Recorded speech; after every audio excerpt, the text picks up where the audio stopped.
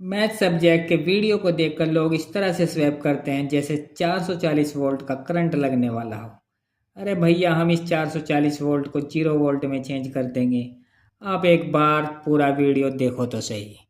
तो यहाँ पर क्वेश्चन है जो वो ये है, उस चतुर्भुज का क्षेत्रफल ज्ञात कीजिए जिसके शीर्ष इसी क्रम में -4 -2 -3 -5 3 -2 और 2 - 3 है। तो ये बिल्कुल इसी क्रम में लेना है। यहाँ पर एक चतुर्भुज बनाना है ABCD, और इसको बनाने के बाद इन पर बिंदु लिखेंगे इसी क्रम में जो यहाँ पर दिए गए हैं -4 -2 -3 -5। और इसमें किसी भी चतुर्भुज का अगर हमको क्षेत्रफल निकालना है तो उसका एक विकर्ण मिलाते हैं। हम इस विकर्ण को मिला सकते हैं, चाहे इस विकर्ण को मिला सकते हैं।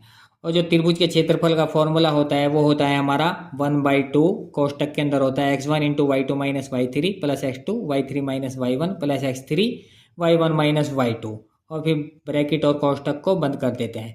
तो पहले बिंदु पर हम लिखेंगे यहाँ x1 y1, दूसरे पर x2 y2 और तीसरे पर x3 y3। तो ये तो त्रिभुज ABD के लिए है। जब दूसरे त्रिभुज के लिए लेंगे हम तो x2 y2 और x3 y3 तो हमने लिखा हुआ है, तो जो तीसरा शीर्ष होगा इसका, इस पर लिख सकते हैं हम x1 y1।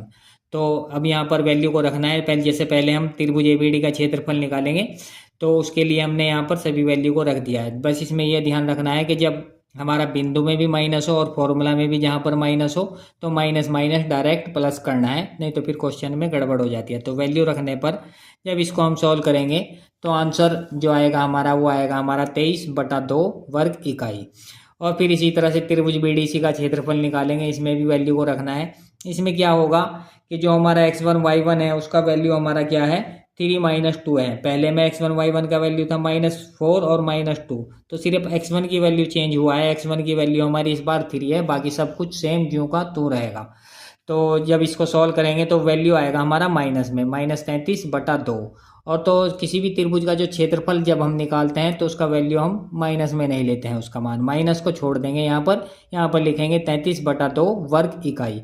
तो चतुर्भुज ABCD का क्षेत्रफल हमारा क्या हो जाएगा, यहाँ से त्रिभुज ABD का क्षेत्रफल प्लस त्रिभुज BDC का क्षेत्रफल। तो 23/2 प्लस 33/2 ये हो जाएगा 56/2 बराबर 28 वर्ग इकाई।